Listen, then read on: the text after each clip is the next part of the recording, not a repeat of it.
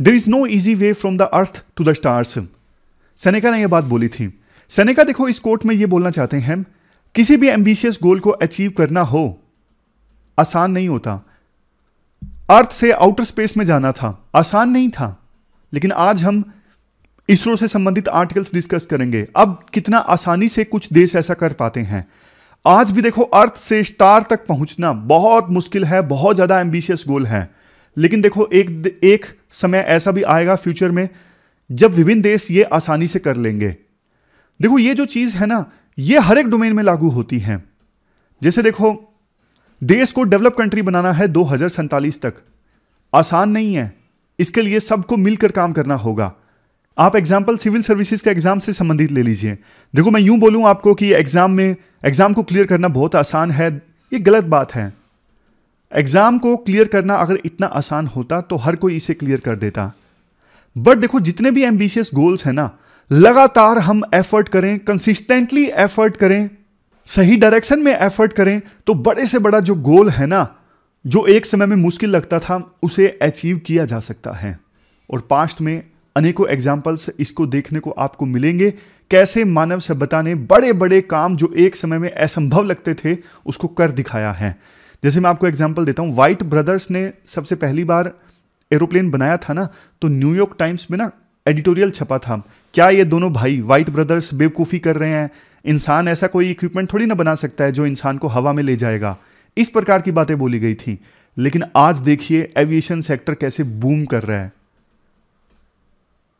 तो ये आज का कोट था। डेट आज की 2 जनवरी 2024 है। आज काफी अच्छे अच्छे आर्टिकल्स हम डिस्कस करेंगे।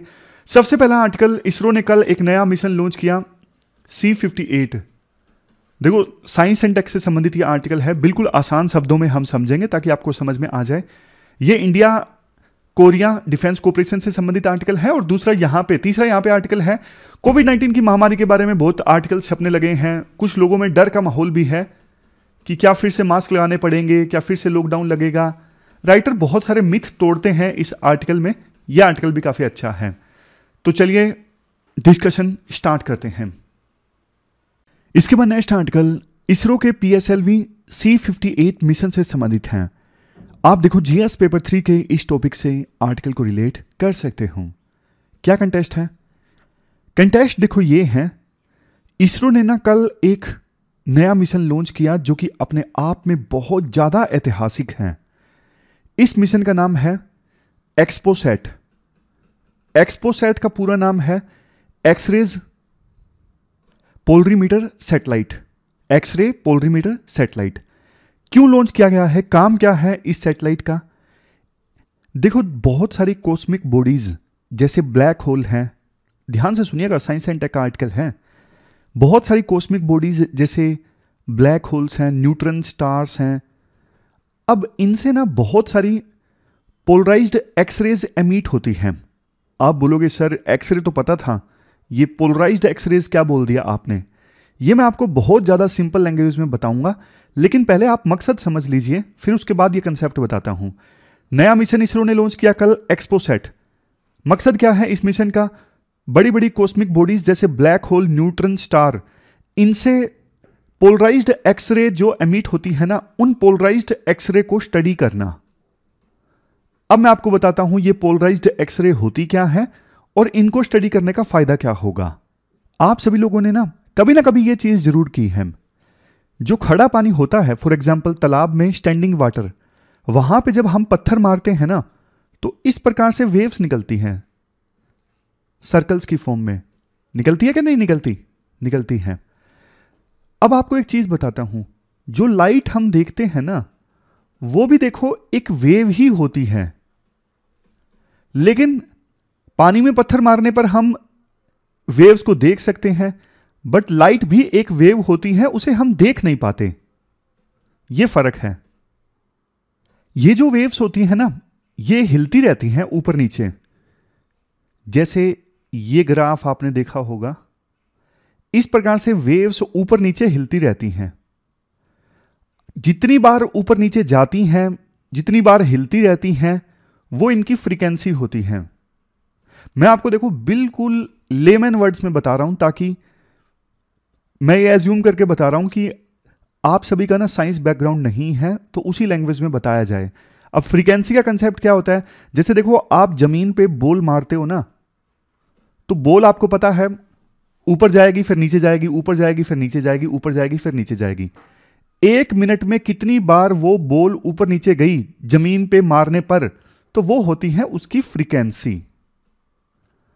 उसी प्रकार से वेव कितनी बार ऊपर नीचे गई, कितनी बार हिली 1 सेकंड के अंदर, वो होती है इसकी फ्रीक्वेंसी। अब समझ गए आप। एग्जाम्पल के लिए आपको बता दूं, जैसे रेड लाइट होती है ना, रेड लाइट की फ्रीक्वेंसी काफी कम होती है और जो एक्सरेज हैं इनकी फ्रीक्वेंसी काफी ज्यादा होती है। अब आप और ध्यान से सुनिएगा। देखो कई बार ऐसा होता है जो एक्सरेज होती है ना, वो ऊपर नीचे नहीं हिलती, वो सिर्फ एक ही डायरेक्शन में हिलती है, सिर्फ एक डायरेक्शन में वाइब्रेट होती हैं। तो इस सिचुएशन को कहा जाता है पोलराइजेशन ऑफ एक्सरेज, कि एक्सरेज सिर्फ एक पर्टिकुलर डायरेक्शन में वाइब्रेट होती हैं, बाकी डायरेक्शंस में नहीं हिलती, बाकी डायरेक्शंस में नहीं वाइब्रेट होती, सिर्फ एक डायरेक्शन में वाइब्रेट होती हैं। तो इसे कहा जाता है पोलराइजेशन ऑफ एक्सरेज। अब आप ये सुनिए, इस एक्सपोसैट मिशन का काम क्या होगा। जैसे मैंने आपको बताया ना, यूनिवर्स में बड़ी बड़ी कॉस्मिक बॉडीज जैसे ब्लैक होल है, न्यूट्रॉन स्टार है, इनसे ना पोलराइज्ड एक्सरेज एमिट होती हैं। पोलराइज्ड एक्सरेज मतलब वो एक्सरेज जो एक ही पर्टिकुलर डायरेक्शन में वाइब्रेट होती हैं। तो इस एक्सपोसैट मिशन का काम होगा इन पोलराइज्ड एक्सरेज को स्टडी करना जो एमिट हो रही हैं cosmic bodies, for example black hole जैसी बॉडीज से। अब आप बोलोगे फायदा क्या होगा। फायदा देखो ये होगा, मान लीजिए ये ब्लैक होल है, ब्लैक होल से पोलराइज्ड एक्सरेज निकली हैं, अब उनको स्टडी किया जाएगा ना इस मिशन के द्वारा, तो ये पता लग जाएगा कि जो एक्सरे निकली है वो पर्टिकुलर डायरेक्शन में ही क्यों पोलराइज हो रही हैं। ब्लैक होल के अंदर ऐसा क्या चल रहा है जिसकी वजह से ब्लैक होल से निकलने वाली पोलराइज्ड एक्सरेज उसी डायरेक्शन में पोलराइज हो रही हैं, किसी और डायरेक्शन में नहीं हो रही। तो पोलराइज्ड एक्सरेज की डायरेक्शन को स्टडी करने से ना यह पता लग सकता है, यह जानकारी मिलेगी कि इन बॉडीज के अंदर क्या चल रहा है, ब्लैक होल के अंदर क्या चल रहा है, न्यूट्रॉन स्टार के अंदर क्या चल रहा है। यह जानकारी मिलेगी इन बॉडीज से निकलने वाली पोलराइज्ड एक्सरेज को स्टडी करके। जानकारी मिलेगी कि इन बॉडीज के अंदर मैग्नेट है या फिर कोई और चीज है जिसकी वजह से इनसे निकलने वाली जो एक्सरेज हैं वो पोलराइज हो रही हैं पर्टिकुलर डायरेक्शन में। अब थोड़ी और जानकारी हम डिस्कस कर लेते हैं।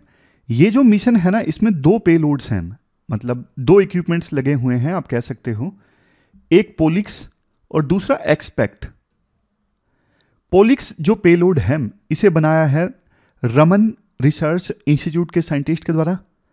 ये जो पेलोड है ना, ये जो इक्विपमेंट है, ये एक्सरेज को स्टडी करेगा 8 से लेके 30 kilo electron volt energy range के बीच में, मतलब स्पेस में 50 अलग अलग सोर्सेज से जो पोलराइज्ड एक्सरेज एमिट होगी उनको स्टडी किया जाएगा इस पोलिक्स पेलोड के द्वारा आने वाले 5 सालों में।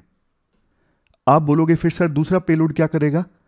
देखो इसे बनाया है इसरो के UR राव सैटेलाइट सेंटर के द्वारा। ये एक अलग एनर्जी रेंज में कंटिन्यूअस एक्सरे एमिशंस को स्टडी करेगा। वो एनर्जी रेंज है 0.8 से लेके 15 किलो इलेक्ट्रॉन वोल्ट के बीच में। ये देखो बहुत ज्यादा सिग्निफिकेंट इसलिए भी है क्योंकि ना पहले इसरो ज्यादातर ऐसे ही सैटेलाइट्स लॉन्च करता था जिनका कॉमर्शियल यूज है। फॉर एग्जांपल वो सैटेलाइट्स कम्युनिकेशन के काम आ रही हैं, टीवी वगैरह चलाने के काम आ रहे हैं। लेकिन ना अब इसरो ऐसे सैटेलाइट्स भी लॉन्च करने लगा है जो दुनिया के राज खोलें। फॉर एग्जांपल ब्लैक होल्स के अंदर क्या चल रहा है, उसके लिए इसरो ने यह सैटेलाइट लॉन्च किया एक्सपोसैट। ना सिर्फ ब्लैक होल के अंदर बल्कि दूसरी कॉस्मिक बॉडीज के अंदर। संयोग से देखो कुछ दिनों पहले इसरो ने आदित्य L1 लॉन्च किया था। आदित्य L1 इसलिए लॉन्च किया गया ताकि सन को स्टडी किया जा सके। ये भी वो सैटेलाइट है जो दुनिया के राज खोलने वाला है। अभी तक ना बड़ी जो स्पेस की बॉडीज है ना, फॉर एग्जांपल नासा वगैरह, वही इस प्रकार के सैटेलाइट्स लॉन्च करती आई हैं, क्योंकि उनके पास पैसा है, तो उनको टाइम मिल जाता है कि हाँ यार, कम्युनिकेशन के लिए तो सारे सैटेलाइट्स लॉन्च कर लिए, अब थोड़े नॉलेज इकट्ठा की जाए, थोड़ा साइंस पे काम किया जाए। बट इसरो भी अब इस प्रकार के सैटेलाइट लॉन्च कर रहा है, जैसे आदित्य-1, आदित्य-L1 और एक्सपोसैट। एक चीज आपको बता दूं, ये जो एक्सपोसैट सैटेलाइट है ना, पोलराइज्ड एक्स रेज को स्टडी करने के लिए, ये अपने आप में दूसरी तरह का सैटेलाइट है। इससे पहले सिर्फ यूएसए ने इस प्रकार का सैटेलाइट लॉन्च किया है पोलराइज्ड एक्स रेज को स्टडी करने के लिए, जिसका नाम है IXPE। तो यूएसए के बाद इंडिया दूसरा देश है जिसने ऐसे सैटेलाइट को लॉन्च किया है। ऐसे सैटेलाइट्स को तवज्जो देने से ना साइंस के बारे में हमारी नॉलेज बहुत इंक्रीज होती है, जिसका देखो कई बार इमीडिएट बेनिफिट तो नहीं मिलता, बट लॉन्ग टर्म में, फ्यूचर में जो साइंस में नॉलेज इंक्रीज हुई है ना, तो उसका बेनिफिट जरूर मिलता है। देखो, अभी तक जितना आपको आसान भाषा में बताया है वो तो आपको समझ में आ ही गया होगा, लेकिन यही नहीं, अभी और सुनिए। क्या सुनिए? बहुत काम का है ये मिशन। C58 मिशन लॉन्च किया है ना इसरो ने। इसमें देखो क्या है, रॉकेट का नाम है polar satellite launch vehicle, PSLV। इस मिशन में पहले तो ये PSLV जो है ना, वो 650 किलोमीटर की हाइट पर जाएगा अर्थ के ऑर्बिट में। ये एक्सपोसैट मिशन जिसकी हमने अभी तक बात की, उसको लॉन्च कर देगा। लेकिन उसके बाद का भी पार्ट बाकी है, अभी आप वो सुनिए। 650 किलोमीटर की हाइट पर अर्थ के ऑर्बिट में एक्सपोसैट मिशन लॉन्च करने के बाद रॉकेट की चौथी स्टेज आ जाएगी। और चौथी स्टेज आने के बाद ये जो लॉन्च व्हीकल है ना, रॉकेट है, ये अपने आप को 350 किलोमीटर की हाइट पर अर्थ के ऑर्बिट में ले जाके एक मिनी सैटेलाइट में तब्दील कर देगा। समझ गए? यानी एक्सपोसैट मिशन लॉन्च करने के बाद 650 किलोमीटर की हाइट पर अर्थ के ऑर्बिट में ये आएगा 350 किलोमीटर की हाइट पर, यानी नीचे आएगा, और वहां पे अर्थ के ऑर्बिट में ये अपने आप को ये मिनी सैटेलाइट में कन्वर्ट कर देगा। ऐसा मिनी सैटेलाइट जिस पे 10 अलग अलग पेलोड हैं। जैसे कि देखो, कुछ तो प्राइवेट कंपनीज ने दिए हैं, कुछ इंजीनियरिंग कॉलेज के स्टूडेंट्स ने दिए हैं। जैसे आपको एग्जांपल देता हूं, एक डिवाइस ऐसा है जो सोलर रेज को मेजर करेगा। एक चीज ऐसी है जो सैटेलाइट में यूज होने वाली स्पेशल फ्यूल को टेस्ट करेगी। और कुछ एक्सपेरिमेंट्स तो ऐसे हैं जो इसरो के साइंटिस्ट ने खुद ही डेवलप किए हैं। जैसे एक ऐसी मशीन भी लगी है जो स्पेस में छोटे छोटे डस्ट पार्टिकल्स को काउंट करेगी। तो आप देख लो क्या होगा। एक्सपोसैट मिशन लॉन्च होने के बाद रॉकेट आएगा 350 किलोमीटर की हाइट पर अर्थ के ऑर्बिट में और अपने आप को एक मिनी सैटेलाइट में तब्दील कर देगा। ऐसा सैटेलाइट जिसमें अलग अलग पेलोड लगे हुए हैं और वो पेलोड अलग अलग एक्सपेरिमेंट करेंगे। जैसे खुद कुछ एक्सपेरिमेंट ऐसे हैं जो डस्ट के पार्टिकल्स काउंट करेंगे, कुछ सैटेलाइट्स में यूज होने वाले स्पेशल फ्यूल को टेस्ट करेंगे, कुछ सनरेज को स्टडी करेंगे। मतलब एक ही रॉकेट लॉन्च से इतने सारे काम। इसरो देखो अब ऐसे ही अलग अलग प्रोजेक्ट्स को चांस दे रहा है, जिससे हमारी साइंस से संबंधित नॉलेज तो बढ़े, बल्कि उसके साथ साथ प्राइवेट कंपनीज भी पैसा कमाएं। और ये तो सिर्फ शुरुआत है। इसरो आने वाले समय में और ज्यादा इंटरेस्टिंग प्रोजेक्ट्स लॉन्च करने वाला है और हमें इस चीज पे गर्व होना चाहिए, प्राउड होना चाहिए। तो ये पूरा आर्टिकल हमने डिस्कस किया बहुत ही ज्यादा आसान शब्दों में। अब चलते हैं आगे। इसके बाद next article India south Korea defence relations से संबंधित है। आप जीएस पेपर सेकंड के इस टॉपिक से आर्टिकल को रिलेट कर सकते हो। हिंदू का ये आर्टिकल है। अभी ना कुछ दिनों पहले की बात है, हमारे army chief Manoj Pande South Korea की यात्रा पर गए थे और वहां पे साउथ कोरिया के बड़े बड़े जो डिफेंस इंस्टीट्यूट है ना, जैसे जिनके नाम भी यहाँ पे दिए हुए हैं, defence acquisition programme administration, agency of defence development ADD, इनके लीडर्स से मुलाकात की हमारे आर्मी चीफ ने। इस मुलाकात के बाद, इस विजिट के बाद, जहां देखो इंडिया साउथ कोरिया के डिफेंस रिलेशंस मजबूत तो हुए, लेकिन बहुत सारे ना चैलेंजेस भी सामने आए। चैलेंजेस जैसे कि ना अभी ना साउथ कोरिया सिर्फ इंडिया को एक ऐसा देश मानता है जो हाँ हथियार परचेज करता है, जो एक बड़ी मार्केट है, और इंडिया भी साउथ कोरिया को ऐसा देश मानता है जिसके पास में टेक्नोलॉजी है, हम इनसे हथियार परचेज कर सकते हैं, टेक्नोलॉजी ले सकते हैं। लेकिन देखो दोनों देशों की ये धारणाएं ना बहुत नैरो हैं। इंडिया देखो एक बड़ा रीजनल पावर है जिसके एम्बिशंस काफी बड़े हैं, जो ग्लोबल पावर बनना चाहता है, और इंडिया इतना पावरफुल है कि इंडो पैसिफिक रीजन की स्टेबिलिटी में ना एक बढ़िया पॉजिटिव रोल प्ले कर सकता है। तो साउथ कोरिया को इंडिया के इस रोल के बारे में समझना चाहिए, और इंडिया को भी यह समझना चाहिए कि साउथ कोरिया सिर्फ वो देश नहीं है जो जिससे सिर्फ हथियार परचेज किए जा सकते हैं। इंडो पैसिफिक रीजन में नॉर्थ कोरिया, चाइना, रशिया, इनका एक अलायंस बनके उभर रहा है।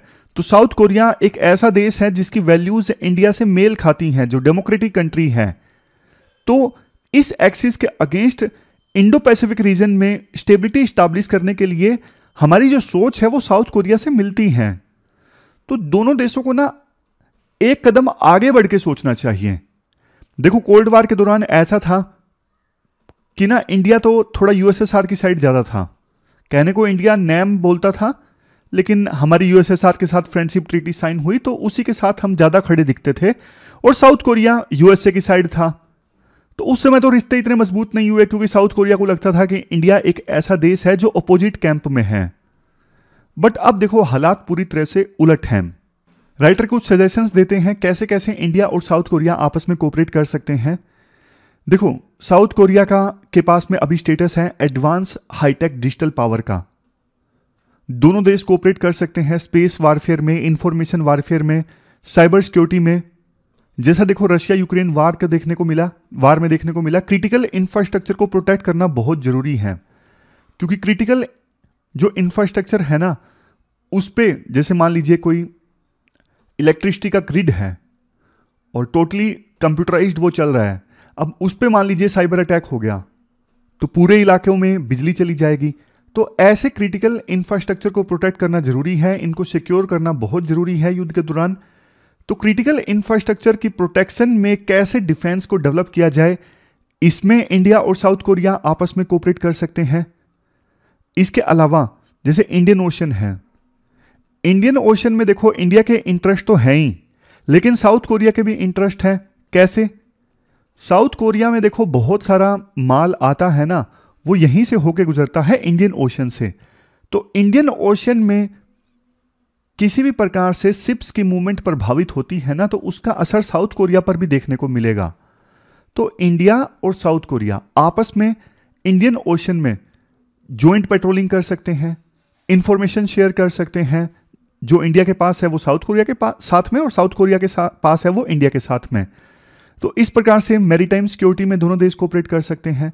नेक्स्ट है यूनाइटेड नेशंस सिक्योरिटी काउंसिल से रेजोल्यूशन पास होकर पीस कीपिंग मिशंस भेजे जाते हैं उन इलाकों में जहां पे जरूरत होती है शांति स्टैब्लिश करने के लिए।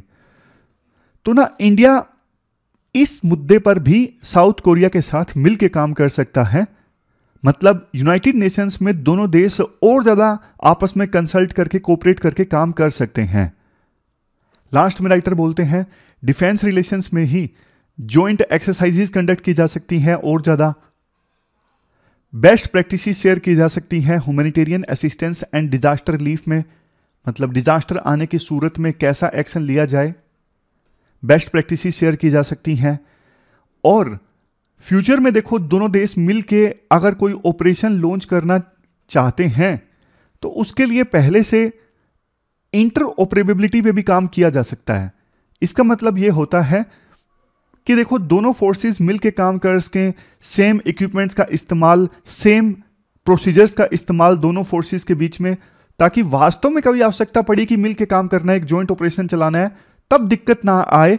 उससे पहले ही स्टैंडर्ड्स को एक कर लेना कि इन प्रोसीजर के साथ हम काम करेंगे, ताकि वास्तव में बाद में जब ऑपरेशन लॉन्च करने की जरूरत पड़े तो स्टैंडर्ड्स पहले से पता हो कि दोनों को इन स्टैंडर्ड्स के हिसाब से काम करना है। लास्ट में राइटर बोलते हैं हमारे आर्मी चीफ की ये विजिट ने ना एक प्रकार से फ्लेम जो है रिश्तों की उसे रीइग्नाइट करने का काम किया है। अब डिफेंस रिलेशंस को दोनों देशों के द्वारा आगे ले जाने की जरूरत है।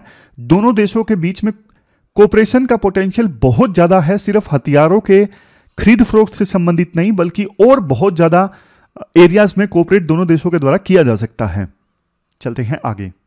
अगला आर्टिकल काफी इंपॉर्टेंट भी है और नॉलेज से भरपूर भी है।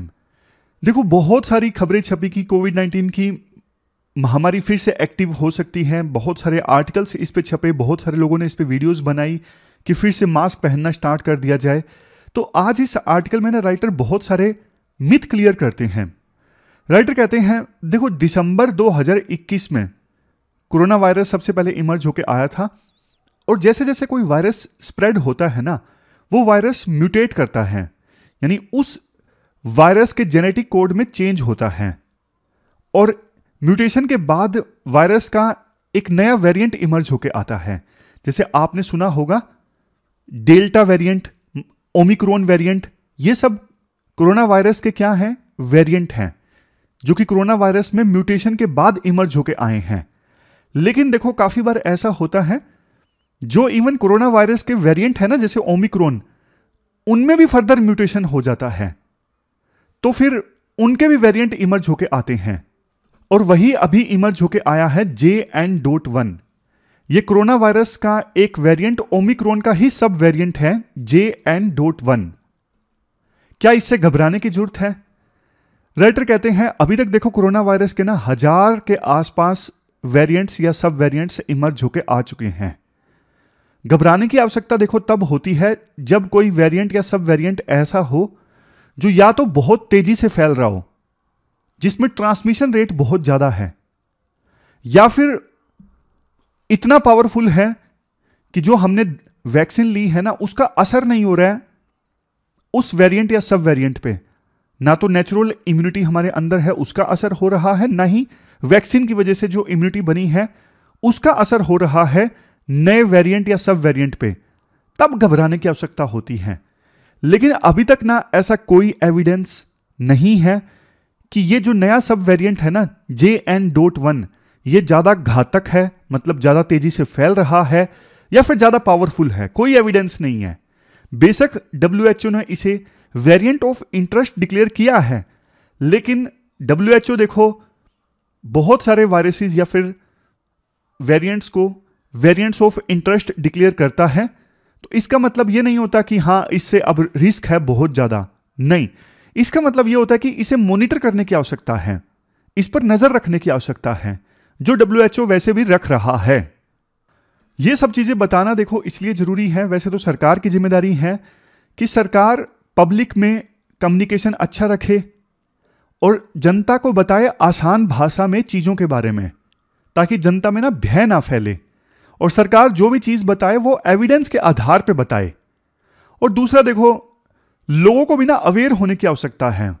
फैमिलीज के व्हाट्सएप ग्रुप में इस प्रकार की चीजें फिर से घूमने लगती हैं, जिनका कोई हाथ पैर नहीं होता, बिना एविडेंस के व्हाट्सएप्स में चीजें घूमने लगती हैं। सोसाइटी में डर पैदा हो जाता है और बहुत सारे लोगों को डर लगने लगता है। डर एक ऐसी चीज है जिससे इंसान को बहुत सारी बीमारियां हो जाती हैं।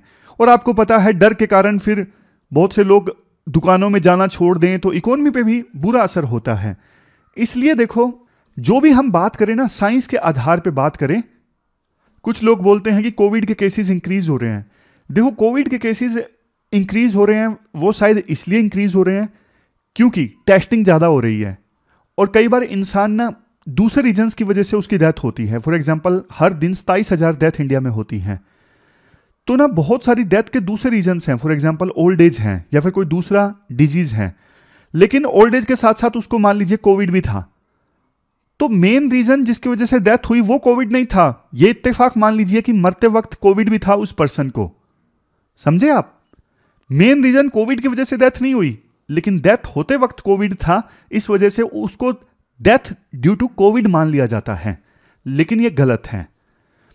और देखो, कुछ मतलब राइटर कहते हैं, मैं साइंस एविडेंस के आधार पे नहीं बोल रहा हूं, लेकिन कुछ रिपोर्ट्स ऐसे सामने आ रही है, ये नया जो वेरिएंट है ना JN.1, ऑलरेडी हमारे देश की अलग अलग सिटीज से जो सीवरेज से पानी इकट्ठा किया गया वहां से सैंपल लिया गया, तो ये पाया गया कि बहुत सारी जगहों पर तो ये सैंपल्स ऑलरेडी मिला है JN.1, मतलब ऑलरेडी देश की जनता जो है एक्सपोज हो चुकी है इस वेरिएंट के, तो इतना कोई डरने की आवश्यकता नहीं है। ये सारी चीजें राइटर बोलते हैं इस आर्टिकल में, समझे? तो ये हमने डिस्कस किया कोविड-19 से संबंधित आर्टिकल। अब क्वेश्चंस देख लेते हैं। आज देखो एक क्वेश्चन आपको अटेम्प्ट करना है, जो इसरो वाला आर्टिकल हमने डिस्कस किया था ना, उससे संबंधित। देखो कुछ लोगों ने ना ये पूछा कि सर कई बार ना पूरी डिस्कशन देखने के बाद हम क्वेश्चन अटेम्प्ट नहीं कर पाते। देखो हमेशा मैं आपको ना ऐसे क्वेश्चन नहीं देता हूं जो सीधा सीधा डिस्कशन के बेस पे सोल्व हो सकें। कुछ क्वेश्चंस मैं आपको ऐसे देता हूं जिसमें आप अपने माइंड का इस्तेमाल करो, कुछ सोचो। कोई स्पून फीडिंग थोड़ी ना है यार कि हाँ जो क्वेश्चन आपको अटेम्प्ट करना है उसके पॉइंट्स सीधा सीधा आपको मिलेंगे। इस सोच के साथ आंसर राइटिंग अच्छी नहीं होगी। आप माइंड पे थोड़ा स्ट्रेस डाल के इंटरलिंकिंग कीजिए, थोड़े पॉइंट्स खोजने की कोशिश कीजिए, कॉमन सेंस से पॉइंट सोचिए कि अगर आप सरकार में होते तो आप क्या करते इस इशू को एड्रेस करने के लिए। हाँ इतना हो सकता है कि आपको ये ना पता हो सरकार ने कौन सी स्कीम लॉन्च की है, कौन से प्रोग्राम लॉन्च किए हैं, बट कॉमन सेंस तो देखो, कल कॉमन सेंस वाला पॉइंट था, मतलब कोड था, शुरुआत में हमने डिस्कस किया। कहने का मतलब देखो ये है, जैसे कल वाला क्वेश्चन था कि महिलाओं के अगेंस्ट क्राइम नहीं रुक रहे हैं। अब देखो कॉमन सेंस लगा के पॉइंट्स आप लिख सकते हो इसमें। सीधे सीधे क्वेश्चंस आपको मिलेंगे लेकिन कम मिलेंगे। मेंस में आपको बहुत सारे ऐसे क्वेश्चंस मिलेंगे जहां पे आपको एकदम से सोच के लिखना पड़ेगा, जल्दी जल्दी लिखना पड़ेगा। ये छोटी क्लासेस में होता था, पढ़ा और एग्जाम में वही पूछ लिया, तो जो रटा हुआ था वो लिख दिया। ये चीजें यूपीएससी के एग्जाम में नहीं काम करती। यहां पे यूपीएससी चेक भी तो यही करती है, क्रिटिकल सिचुएशन में आप कैसे सोच पाते हो, कैसे लिख पाते हो। तो ये आप चीज डेवलप कीजिए, धीरे धीरे डेवलप होगी, एकदम से नहीं डेवलप होगी। जितना प्रैक्टिस करते जाओगे उतना डेवलप होती जाएगी। तो ये थी हमारी आज की डिस्कशन। कमेंट बॉक्स में बताइए आपको डिस्कशन कैसी लगी। कल मिलते हैं फिर से एक नई एनर्जेटिक डिस्कशन के साथ। तब तक के लिए अपना ख्याल रखिए। Thank you very much for discussion.